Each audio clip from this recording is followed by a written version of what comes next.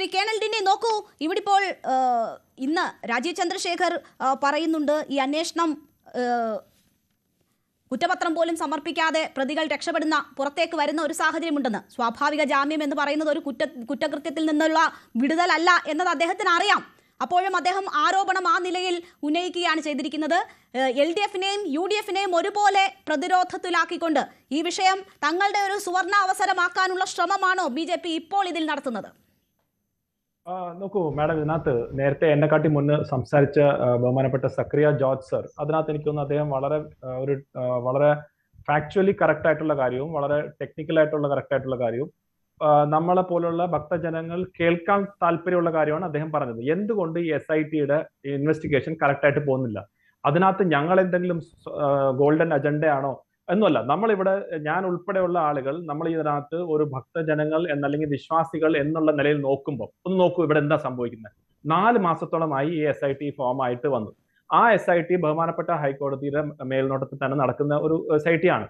പക്ഷെ ആ SIT കൊണ്ട് ഇത്രയും നാളായിട്ട് നമുക്ക് എന്ത് നേട്ടം അല്ലെങ്കിൽ എന്താണ് നമ്മൾ അറിയാൻ സാധിച്ചത് എന്ന് നോക്കുകയാണെങ്കിൽ ഒന്നും അറിയാൻ സാധിച്ചിട്ടില്ല എന്ന് വേണമെങ്കിൽ നമുക്ക് പറയാം. കാരണം എന്താണ്, അതിന്റെ കൃത്യമായിട്ടുള്ള ഈ ഒരു കണക്ക് അല്ലെങ്കിൽ ഇത്ര എമൗണ്ട് ഓഫ് ഈ ഗോൾഡ് പോയി വളരെ സ്പെസിഫിക് ആയിട്ടുള്ളത് കണ്ടുപിടിക്കാൻ പറ്റിയിട്ടുണ്ടോ? ഇല്ല. ഇതിന്റെ പിന്നിൽ ആരാണെന്ന് ഇതുവരെ കൃത്യമായിട്ട് കണ്ടുപിടിക്കാൻ പറ്റിയിട്ടുണ്ടോ? ഇല്ല. എല്ലാവരെയും അറസ്റ്റ് ചെയ്തിട്ടുണ്ടോ? ഇല്ല. വലിയ വലിയ ബിഗ് ഫിഷസ് ഉണ്ടെന്ന് ഹൈക്കോടതി തന്നെ ബഹുമാനപ്പെട്ട ഹൈക്കോടതി പറഞ്ഞ അവരെ പിടിക്കാൻ പറ്റിയിട്ടുണ്ടോ? ഇല്ല. അപ്പൊ എന്തുകൊണ്ടാണ് ഈ പിന്നെ SIT ഇങ്ങനെ പോകുന്നത്? നോക്കൂ, ഇത് അന്വേഷണം അവസാനിപ്പിച്ചിട്ടില്ലല്ലോ. കോടതി തന്നെ പറയുന്നല്ലോ ഇത് ശരിയായ ദിശയിലാണ് പോകുന്നതെന്ന്. ഇത് സങ്കീർണമായ കേസാണ് എന്ന് പറയുന്നുണ്ടല്ലോ. അപ്പോൾ ഇത് കണ്ടെത്തുക, ശാസ്ത്രീയ പരിശോധന നമ്മൾക്കറിയാം ഇപ്പോൾ നടത്തിയതിൽ പോലും വ്യക്തതയില്ല. കൂടുതൽ പരിശോധനകൾക്കായി അയക്കുകയാണ് ഈ സ്വർണം സംബന്ധിച്ചുള്ള പരിശോധനകൾ. അപ്പോൾ വളരെ സങ്കീർണമാണ്, വലിയ വ്യാപ്തിയുള്ള കേസാണ്. അതിലൊരു കൃത്യസമയം വെച്ച് അന്വേഷണം പൂർത്തിയാക്കണം എന്ന് പറയാൻ പറ്റുമോ? ആരും അങ്ങനെ പറയുന്നില്ല മാഡം. നോക്കൂ, 4 മാസമായിട്ട് 4 മാസം കൊണ്ട് ഇത്രയും മാത്രം മതിയോ എന്നുള്ളൊരു ചോദ്യമാണ്. എന്താണ് ഇത്ര മാത്രം മതിയോ? ഇത് മാത്രമല്ല, ഇപ്പം ഇതുകൊണ്ടല്ലോ നിൽക്കുന്നത്. ഇപ്പൊ ഇവിടെ ഫോട്ടോ വെച്ചിട്ടുള്ള അങ്ങോട്ടും ഇങ്ങോട്ടുള്ള ആരോപണമാണ്. ഒരു കോൺഗ്രസ്സുകാർ ഒരു ഫോട്ടോ കാണിക്കുമ്പോൾ കമ്മ്യൂണിസ്റ്റുകാർ മറ്റൊരു ഫോട്ടോ കാണിക്കും. അപ്പൊ ആ ഫോട്ടോ വെച്ചിട്ട് ഏറ്റവും ഉന്നത തലത്തിലുള്ള ആളുകൾക്ക് ബന്ധമുണ്ട്, നേരിട്ടല്ലെങ്കിൽ പോലും ബന്ധമുണ്ട് എന്നുള്ള രീതിയിലേക്ക് വരുമ്പം നമ്മളെ പോലുള്ള സാധാരണക്കാർ എന്താണ് വിശ്വസിക്കേണ്ടുള്ളത്? ഈ ഒരു സ്വർണ്ണക്കള്ള ഇതില് ഏറ്റവും ഹയസ്റ്റ് ലെവലിൽ ഇതിനകത്ത് ഇൻവോൾവ്മെന്റ് ഉണ്ട് എന്നുള്ള സംശയം തോന്നുമല്ലോ. ആ സംശയത്തിന് ഉള്ള ഒരു പരിഹാരം ഈ SIT കണ്ടു കടത്തിയിട്ടുണ്ടോ? ഇതുവരെ ഇല്ല. അവിടാണ് ഞങ്ങൾ ഫസ്റ്റ് ദിവസം തൊട്ടേ പറയുന്നത്, ഈ SIT ഒരു സ്റ്റേറ്റ് ഗവൺമെന്റിന്റെ അണ്ടറിൽ തന്നെ, അത് ബഹുമാനപ്പെട്ട ഹൈക്കോടതിയുടെ മേൽനോട്ടത്തിൽ തന്നെ ആണെങ്കിൽ തന്നെയും അതിനകത്തുള്ള ഓഫീസേഴ്സിന്റെ ഇന്റഗ്രിറ്റി ഞാൻ ക്വസ്റ്റ്യൻ ചെയ്യുന്നില്ലെങ്കിലും പല രീതിയിലുള്ള സമ്മർദ്ദം അതിനകത്ത് ഉണ്ട് എന്ന്. നമുക്ക് ഒരൊറ്റ എക്സാമ്പിൾ പറയാം. ശ്രീ VD സതീശൻ ഒരു ദിവസം ഇങ്ങനെ അദ്ദേഹം പറയുന്ന കേട്ടു, എനിക്ക് നേരിട്ടുള്ള ഇൻഫർമേഷൻ കിട്ടി, അതായത് വലിയ ഹയർ ഒഫീഷ്യൽസ് ഈ SIT ഓഫീസേഴ്സിന്റെ മുകളിൽ പ്രഷർ ഇടുകയാണ്. എങ്ങനെയാണ് അദ്ദേഹത്തിന് പറയാൻ സാധിക്കുക? അപ്പം ഇന്ന് ശ്രീ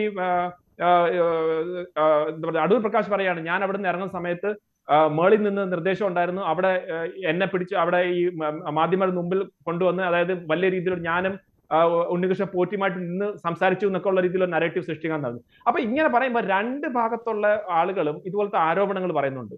അപ്പൊ സാധാരണക്കാരായിട്ടുള്ള ആളുകൾക്ക് ഒന്നും മനസ്സിലാവാത്ത രീതിയിൽ യഥാർത്ഥ കള്ളന്മാരെ ഇതുവരെ പിടിക്കാൻ സാധിക്കാതെ ഇതൊരു ഇലക്ഷൻ സ്റ്റണ്ടായിട്ട് LDFും UDFും കോൺഗ്രസും കമ്മ്യൂണിസ്റ്റുമായിട്ട് മാറ്റുകയാണ്.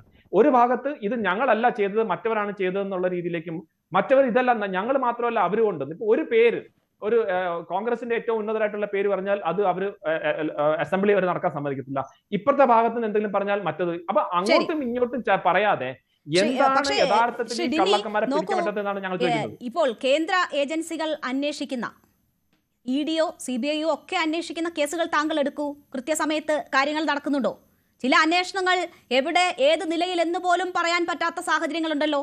അന്വേഷണ റഡാറിലുള്ള ആളുകൾ പാർട്ടി മാറിക്കഴിഞ്ഞാൽ ആ കേസ് തന്നെ ഇല്ലാതാകുന്ന സാഹചര്യമൊക്കെ ഉണ്ട്.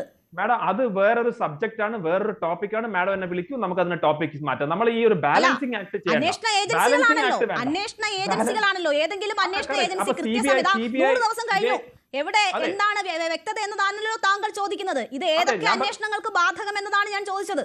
ഒരുപാട് സ്വർണ്ണക്കടത്തുമായി ബന്ധപ്പെട്ടുള്ള അന്വേഷണങ്ങളൊക്കെ കേരളം ഇതുപോലെ ചർച്ച ചെയ്തിട്ടുണ്ട്. ഞാൻ അതിന്റെ ഉത്തരം തന്നെയാണ് പറയുന്നത്. ഓരോ കേസ് ബൈ കേസ് നമുക്ക് എടുക്കാൻ പറ്റും. നമ്മളിപ്പോ ചർച്ച ചെയ്യുന്നത് ഈ ഒരു വിഷയത്തിലാണ്, സ്വർണ്ണ കള്ളക്കടത്തിനെ കുറിച്ച്, അല്ലെങ്കിൽ സ്വർണ്ണത്തിന്റെ ഈ ഒരു ശബരിമല എന്ന കട്ട കേസാണ്. അതിനെക്കുറിച്ച് നമുക്ക് സംസാരിക്കാം. അതുപോലെ CBIയും EDയും അന്വേഷിച്ച ഓരോ കേസിനെ എടുത്തു കഴിഞ്ഞാൽ അതിന്റെ പെർസ്പെക്ടീവ്സ് മാറും. ഇപ്പൊ നമ്മൾ സംസാരിക്കുന്നത് ഇതിനെ കുറിച്ചാണ്. നമ്മൾ സ്വർണ്ണക്കൊള്ള കേസിൽ നടത്തുന്ന അന്വേഷണം വേഗം പോരാ എന്നതാണ് BJPക്ക് ചൂണ്ടിക്കാട്ടാനുള്ളത്. ഞാൻ അത് എടുക്കുന്നു. ഞാൻ താങ്കളിലേക്ക് തിരിച്ചെത്താം. കൂടുതൽ വാർത്തകൾക്ക് News 18 Keralam YouTube channel subscribe ചെയ്യുക.